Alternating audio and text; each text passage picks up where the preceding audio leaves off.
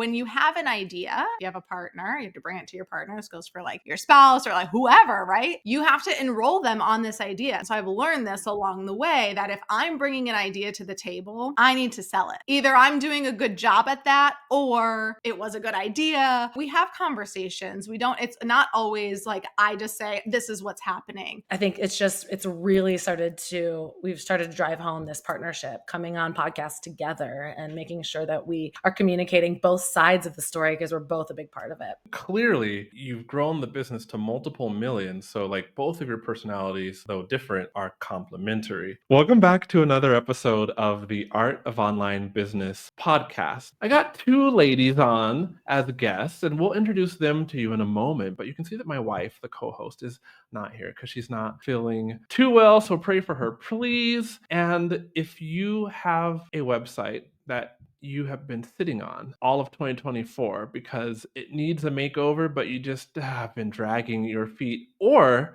if you're one of the people out there who does not have a website, you're going to want to listen to this episode because I have Krissy and Claire. They are sisters, and we're going to learn about how they built their business. And in the next episode, you're going to learn specifically from them about approaching your website with strategy first so that you can actually convert, your website visitors into customers quickly. And you're going to learn all about design and how it can have a lasting impact on your brand, the people that visit your website. So who are Krissy and Claire? Well, let me read their bio to you, please. After they leveraged their website and automated funnel to enroll 4,000 people into their paid membership in just 4 months, Krissy and Claire knew they could make a greater impact by helping ambitious entrepreneurs get their businesses online with a magnetic website and automated funnel to help them live out their purpose while still having time for the people and things they loved. Between Krissy's strategic wisdom, gift for messaging, and the love of sales, and Claire's beautiful and functional design skills, they are the perfect duo. Their unique approach to how they build websites ensures it's not just a landing page, but a place your people want to be and take action. And I must add, Claire, Krissy, it was so good to meet you in person way back in Cabo, which what seems like just yesterday, but actually was 3 months ago already. Is that about right? Two, 2 months ago. two, 2 I months think. ago. 2.5. 2.5. Welcome to the show. Thank We're you. so excited to be here. Yeah. This is going to be a good one. I like interviewing everybody that I interview because that's like the podcast interviewing process, right? But it's always a special treat when I get to interview folks that I've hung out with for the past year. Listener, if you don't know what I'm talking about, we both are in something, I guess 3 of us are in something called the Mixer Mind. And it's like a peer-to-peer, it's like a peer mastermind. And there's just such genuine, good people, like online business owners in there. And so we've been in it now for a year together. And then we actually went to an in-person retreat for said Mixer Mind in Cabo, which is where we got to meet up and hang out even more. And so it's cool to hang out with you again. Yeah, I loved sitting at the table with you and just getting to know you even more. We got placed at a little table because apparently our personalities are very similar. So Y'all are, not mine. we were at the fun table, the personality table. But yeah, it's so like crazy to have these online relationships and it feels like we've met each other in person because we see each other on video and all of that. But then to actually just meet in real life is just something really special. Yeah, there ain't nothing like real life, and I'm definitely glad to have met you in real life. So in this episode, because we both have the personality type that can just chat and get lost in the conversation, that's what I remember from Linda's talk about DISC and the various personalities. So what I want to talk about is your business. I mean, you're sisters, and you have this successful business, and I really want to start to just learn about why you started, kind of the ups and downs. So the first question is for the listener who doesn't know you at all yet, but now will, can you give us a snapshot of your business as it stands now? Where does your revenue come from? What kind of services do you offer? This sort of thing. Yeah, it's been a mix this last year in terms of the revenue coming in from people who want to DIY their website and they want to learn the strategy. How do we do it? What is the funnel? What should the freebie be? All of that. So learning that strategy from us and then actually using templates and our instruction to build out their website on their own. So some of our revenue comes in from that. And I'd say right now it's probably 50-50. And then the other piece is done for you services. And so, it's evolved over time where it was just helping people DIY it themselves.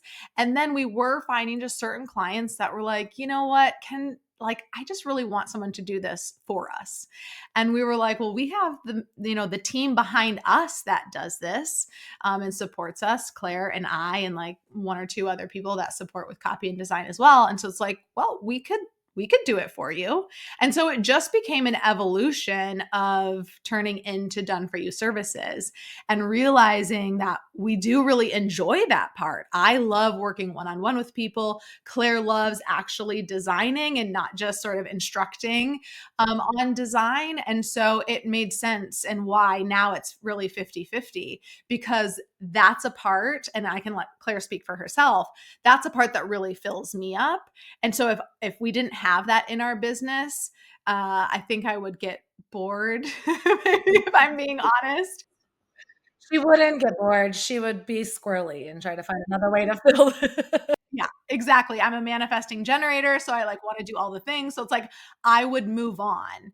And so I think this helps keep me focused and staying in our zone of genius to be able to have this as well. But I'm the girl who wrote Sell While You Sleep. So I also love an offer that can just be sold over and over again without support from the actual owner, right? So we can scale our revenue and not always trade time for money. Mm. What would you add to that, Claire? Well, I think that and we're kind of diving into the strategy a little bit of maybe not necessarily website, but just business. There's something to be said about those are our two funnels, and being able to work one-on-one is so great, and that is like being able to like delve into the design bit that does fill me up, but that is trading time for money, right? Equally, it's like counseling one-on-one versus group counseling, right? There's only a finite capacity when you do those done for you. So to be able to also provide our other funnel where we can teach you the strategy and you can take it, run with it, grow from it. Not only, I think, as in a business perspective, helps us be able to scale, but from an end user perspective, helps us reach more people. And that's sort of, yes, there's two funnels, there's two monetary paths for us, but as far as the giving part, that creates the opportunity for us to really just like touch more people and help them get online so that they can then go serve others. Okay. All right. I'm going to ask you two questions, and I'm preparing you for the next one while you answer the first one, which will be pretty much more straightforward. But sibling rivalry and who wins the fights usually between you two? Was it always like that? Um, we want to know. I'm curious. While you're thinking of an answer that doesn't piss the other one off, you say you're Kajabi experts. Is that your favorite website like platform to design on? Because you do design on others like Shopify, Squarespace, WordPress. I'm curious. Yeah. I would say it is my favorite in the sense that because we work with templates and we provide people with tools in order to do it themselves, it's the one, and how do I say this? Politically correct. It's kind of it's idiot proof. Like it's a lot easier to make sure I can hand off a template and you're gonna come out on the other side knowing nothing with a clean, beautiful website, beautiful, offering, beautiful layout. More so, and it's only because some of these other platforms are well, some of them are really flexible to the point where that creativity that people don't have gets a little bit lost, right? Like I give a template over and it's so customizable that the minute someone changes something around, it's no longer the thing that I provided to help secure their design. So Kajabi really allows for that. It really allows for someone to come in, upload a template, be able to swap out certain things, and it just sort of is that like safe, controlled design environment. Krissy, I don't know if you want to add to that as far as living. I didn't speak on like the fact that it's a full service suite at all. Yeah. Well, and just to like keep going, Claire, so from you as a designer, like if you're doing done for you services where it doesn't matter the customer on the other end, is that still your favorite platform? Yeah, yes and no. I mean, I'm so familiar with it. I think it's the most efficient option because of my capabilities with across all the platforms. I've only recently sort of dabbled in Show It, and I do love the flexibility of being able to fully like drag things around and layer and overlap and there's like Kajabi has really set size parameters for text for header 1, 2, 3, whereas and that is important for SEO as far as utilizing those and I can go into Show It, set something to header 2, but then also make it large so that visually, design wise, there's just more customization while also knowing that the undertone is staying intact as far as SEO goes, if that makes sense. So it's for me. Does not make sense. Please No, break it okay. down. Yeah, The sorry. listener might be like, Yeah. QUÄY.jo, you're the only one who doesn't get this, but still, break it down for me. Yeah, so there's some parameters when it comes to designing an SEO that on certain platforms involve limitations, right? And on certain platforms, they've figured out that you can set it up to be SEO efficient and then also be creative and design outside of that. Does that make sense? It makes sense now to my brain. You probably explained it perfectly fine. I just need a little more explaining. Well, and I delivered it very quickly. So processing. Yeah, so there's certain platforms that I think you can get more fun and creative, and that kind of depends on the client a little bit. Like what is their ask? What are their wants, needs, and does that platform serve them? And it's kind of beyond just design too. We have some clients, we have a lot of service-based clients, coaches, and whatnot. So obviously they don't need a Shopify, they don't need a e-commerce site, but what they do need is a paywall for their membership and their trainings and coaching. So it really, that is much easier in Kajabi than a lot of other platforms because that's what that platform was designed for. So again, it does really come down to the client. Okay. All right. We're going to have to put the sibling rivalry question on hold because I need one more question answered before you tell me who wins the fights and calls the shots. Which is the listener is probably wondering, especially one who hasn't given their website the love it deserves, like which platform should they start out with? Like, I know in the next episode we're going to talk about strategy and how a website should be to make money for you, right? But with all these platforms, what are you telling people these days? I mean, again, we love Kajabi for what the reasons Claire said. I don't have like a very intuitive techie brain. Like you're like, you teach people automations and, website stuff. But for me, I need simple. And Kajabi has been the platform that I have been able to understand the easiest. And so for supporting people who are coaches and creatives and health practitioners, design and tech is not their zone of genius. They'd rather be assisting people in yoga classes or, supporting that person with their one-on-one coaching. And so we don't want the business pieces of building the website and the funnel to be the thing that they have to spend the most time on. Like we want it to be smooth and easy because they don't love that stuff. So Kajabi really does have the all in one, everything you would need. And so that if finances are not the deciding factor, that is 100% our recommendation.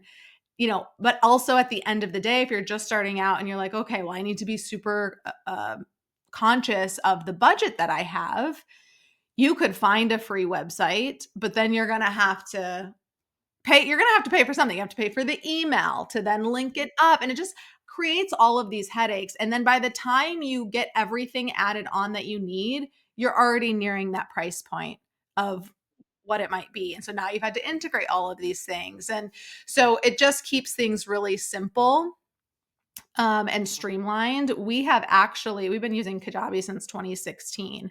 We have veered away email and went over and used ActiveCampaign.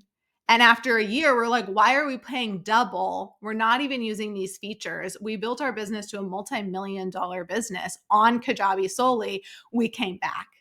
We took our affiliates, and because we do affiliates with our stuff, so we took our affiliate platform and our checkout over to ThriveCart, right? It's like, oh, we've been doing business for so long. We've been so successful. We've got to get more, intricate with what we're doing. And it was like, no, now people aren't getting what they actually need because the zap is breaking and the thing. And it's like, okay, it was working before. Why? So we're back solely on Kajabi, and we've like tried the different things. Yeah. This might be, well, I'm just going to ask it. I do not like Kajabi's checkout pages as a Facebook ad manager. Like, the analytics are horrendous. Every client that I get, like, I'm at the point now where I pointedly ask, do you use Kajabi? And then it's like, if you want to run ads with me, you need to get ThriveCart, because I can't rely on the analytics coming out of Kajabi, even if I have the Facebook conversions API set up and the pixel, or have one of them off.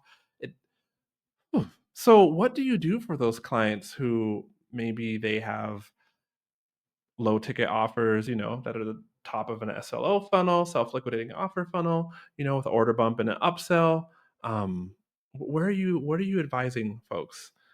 Well, so I would say a lot of our people that are coming in are in the beginning stages. And so they're not at the point where they're like trying to do these elaborate funnels and do ads. And so again, if it's simplicity that you need or you won't do it, we have to stick with simple. And then when you can go to that, and our business, we have multiple businesses. Our first business was built really without ads. I mean, our first $1 million was no ads. And then we did run ads and they were very successful, but that was before the whole iOS change. And so the tracking was a lot more accurate. And so we have not done ads to the capacity of really needing that intricate analytics that you probably desire since all of the changes. And so again, if it's like, if you are doing something in your business like ads, and you're, you're telling them, okay, we want these more intricate analytics and to be able to track it, then yes, there's the purpose and the time for, okay, now it's time to integrate ThriveCart. But you do not need to start with all of the fancy things. And so again, for us, it was just like, okay, things are breaking over there. We're not even using ads right now at this point. We just need to go back to simple so that we're not having to worry about this. So we can, because our brand has gone through evolutions of change, right? It's been years. We've rebranded. We've, dabbled in different things and niches. And so it's all had this underlying tone of websites. And so we're like, okay, now we just need to focus on that. But we've just had so much evolution that it's like simplicity has been something that we've just needed to keep moving forward. Simplicity works. I mean, so let's talk about some of those evolutions that you've gone through. Like, I know I'm super interested also, it might not be related, but the fact that you have a pink Tesla truck also is interesting to me. And I'm sure the user or the listeners like, wait, what's that about? It's another cool business that I've seen. You can talk about that. But first, sibling rivalry, because I'd never talked to anyone who ran business with their sister. And what was it like? Who won the fights growing up and who wins the fights now? Oh, that's a good question. Yeah. What does winning mean? Not getting in trouble from the parent? Not getting your way. Ooh, Or just getting that your way, answer lets getting me know that Claire's the one that wins. Yes, the trampoline incident. That's a hot one we still talk about. I'm Uh-oh, the what happened there? youngest. I'm the youngest of 4 girls. Krissy is the younger middle child. So if anyone ever studies or knows anything about birth order, it's safe to say that as growing up, regardless of whether I was in the right, I typically won by assumption because she was the older sibling. That one particular incident, we had a backyard trampoline growing up, and Krissy was always very good about being the big annoying sister. The I'm not touching you in the backseat of a car.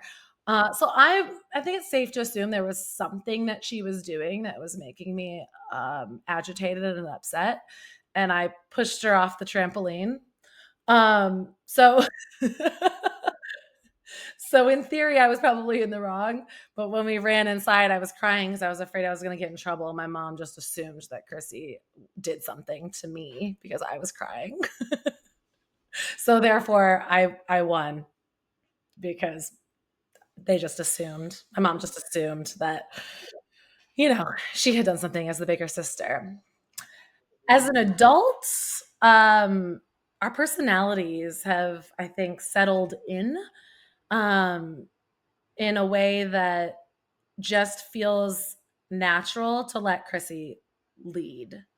And so when it comes to like decision making in our business, often she's the idea creator. And so I relinquish a lot of the decisions to her because of just the way that we work together. It just, if there's something that I'm not a fan of, or I think we could do better, of course I share and we talk about it and we poke holes and we're constantly making sure that we're moving in the right direction. But I think it just naturally works that we don't really argue, but when it comes to like winning a decision in our business, oftentimes Krissy, because I think it's because I have mastered the art of persuasion. um, maybe not. I mean, really, when you are, I mean, I've learned so much in sales and all of that. Again, like that's like, I love that stuff. And so, when you have an idea and you have to bring it to, if you have a partner, you have to bring it to your partner. This goes for like your spouse or like whoever, right? You have to enroll them on this idea that it's a great idea. And so I've learned this along the way that if I'm bringing an idea to the table, I need to sell it. Right. And so either I'm doing a good job at that, or it was a good idea, or, Claire's just like, okay, that's great. But we have conversations. It's not always like I just say, this is what's happening. I value Claire's opinion. And because I think it's unique that we have this sister bond and relationship, because she's not afraid to push back. She's not afraid to call me out and because we work so differently, that her brain is like, okay, let me ask, she's the questioner. Let me ask all of the questions, right? Let me poke all of the holes in this. And if at the end of the day, it still seems like the better idea, we'll go with it. But we just have and again, we've known each other since we were, babies. So it's like we have this great relationship. And even though the little tiffs growing up, who doesn't have that, our family is very close and all of the sisters have had really good relationships growing up. And I was just speaking to our oldest sister on winter break about this, that I didn't realize that there were actually sisters that screamed and yelled and fought over who's wearing whose clothes. We never did that. And so it was like the first time I met someone who like hated their sister, I was like, what do you mean? Like, my sisters are my friends. They're like, now they're my best friends now that we're older. So it's like we do have this special relationship. And like just Claire said, that we're so different and have different personalities. Our talents are opposite. So we don't step on each other's toes very much, which makes for a great partnership. Right. And then also bonus for the client because I've got my skills and she has hers. So that's perfect. I mean, clearly you've grown the business to multiple millions. So like both of your personalities, though different, are complementary. And the client's the one who's really benefiting here. Now you talked about your business evolution, and I'm like, is this the first business that you've both done together, or have you kind of evolved into this together? Or KNC Creative is technically our third business. The very first one was 28 to Elevate, which was a wellness program because we were both in the like wellness space, even though Claire's degree was in design, that arena, and I was a nurse. We ended up in the wellness space, and so that was our first course, and we were just focused on two different things, so it sort of fizzled out quickly, and then circled back together exactly 1 year later and launched Grow Workspace, which was our first very successful business serving young living distributors and creating content. That business still exists. We still generate recurring revenue from that and from the membership over there. And that's where we really learned, websites, funnels, and supported a lot of people over there with automation. And so it just sort of, we were speaking to and serving that very specific community, creating pre-made content for them to market their products and sell their products in the direct sales space. And we started to have people coming from outside of that community saying, how do I create a course? How do I get this online? How do I build my own business? And so that's really just sort of where it evolved, and realized we needed another brand, because who doesn't need another brand, right? To serve the broader community. And so that's KNC Creative now. We did a rebrand over a year ago. And then we have the Choose Fun business, which is newer. And Claire and I are also partners with some other people, my husband including, which is his baby. But that's where the pink Tesla truck comes to play. It seems really cool. You have a partnership that's working and you're delivering great results to your client. Like, if there was, what was a challenging point along the way where you almost decided to break up, so to speak, and each do your separate things? Yeah. Certainly people that had online businesses in 2020, and I talk about this in my book and get real raw with it. I know I've got limited time here, but in 2020, things were great, just like every other online business, right? In 2021, things with Grow Workspace started to really take a turn, and the ads all changed. That was when all the ads shifted and all of that. And we really needed to figure out how to turn that business around, or it was no longer. And so had to make some really hard decisions, change the whole way that we brought content or didn't bring content to people. We let go of over half of the contractors that we had hired, like 30 grand in expenses, literally like cut overnight. And so shifted the whole thing there. And because we wanted to focus more time on KNC Creative. But there was that moment, I think, when before KNC Creative, it was the Krissy Chin brand. And I wanted to do more of these people, serving these people outside of the young living community. And Claire just wasn't there at that moment. And Claire, I'll let you speak to that. And so it was my own brand that started off there. And then over the last couple of years, we brought Claire back in, and now it's the two of us, which has been amazing. But there was definitely some rocky times in there where, Claire, again, I'll let you speak to how you were feeling in terms of, was this going to be your ultimate path? So I'll turn it over to you. Well, my understanding at the time of what the Krissy Chin was a podcast. She had put together the scalable podcast system and wanted to teach people how to get their courses and online and get their podcasts going. And that just wasn't at the time when I think you had briefly asked me to come on. I was like, that's not the direction I'd want to go. Like, if anything, I'd want to be an art director or go into the design part. Like, I don't want to teach people how to make a podcast. I don't know the first thing about that. So I kindly, declined. And then I think that was when Build a Blissful Business was kind of like, you were in the works of trying to figure out what that was. And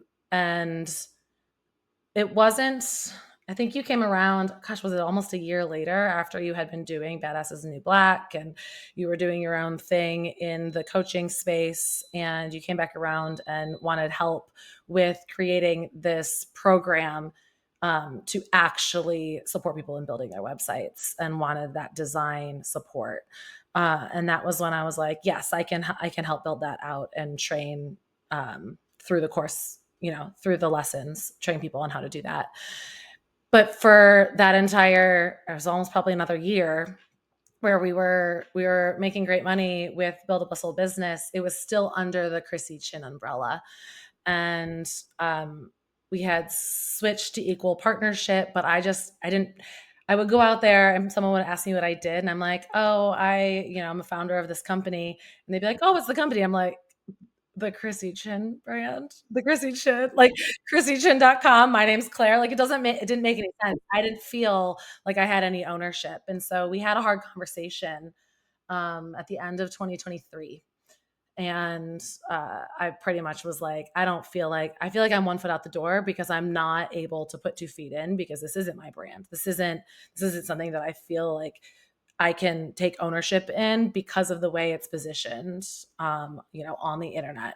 And so we made a hard decision and decided to totally rebrand to the KNC Creative so that we could really fully show up as this like partnership. And now like often it was, even still now, Krissy is the face because I am more of the behind the scenes. And I think we've started to drive home this partnership, coming on podcasts together and making sure that we are communicating both sides of the story because we're both a big part of it. Gotcha. Okay. What is the one thing that you would leave the listener to ponder and think about regarding their website? Before you said their website, I was like, oh, I got something. And then you said website. I think it goes for the same thing, is that business is a journey. Business is always evolving because we are humans. We're evolving, we're growing, we're expanding. And so your business will as well. So, I'm sure we'll talk about this a lot, as my mottos are, with action comes clarity and done is better than perfect. So it's better to just take some action to get clarity and know that in time we'll make it better, or we'll do more, or we'll expand to add on Thrivecart, or, whatever it is. But don't let your perfectionism get in the way of just taking some action and doing it messy and doing it sloppy. And like, who cares if you're screwing up? You're learning along the way.